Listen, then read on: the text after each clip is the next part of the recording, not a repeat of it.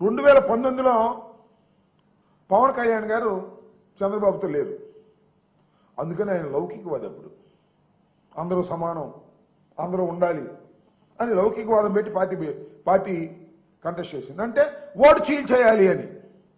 ఇవాళేమో లౌకికవాది కాదు, ఇవాళ సనాతన ధర్మాన్ని పాటించేటటువంటి వ్యక్తి రోజుకు ఒక అవతారం వేస్తారు. ఎన్ని వేషాలండి, ఒక్కొక్క ఎన్నికలకు ఒక్కొక్క వేషం. ఇప్పుడు ఆయన వచ్చిన తర్వాత 3 ఎన్నికలు జరిగినట్టు ఉన్నాయి, 3 ఎన్నికలకు 3 వేషాలు. మరి వచ్చే వేషం ఏం వేస్తాడో నాకు తెలియదు. రకరకాల వేషాలు వేసి మీరు చంద్రబాబు నాయుడికి చెంచగా ఉపయోగపడేటటువంటి పరిస్థితిలో మీరు ఇవాళ పనిచేస్తున్నారు. దేవుడి పేరుతో రాజకీయం చేసేటటువంటి ఒక నీచమైన పరిస్థితికి మీరు వెళ్ళిపోయారు.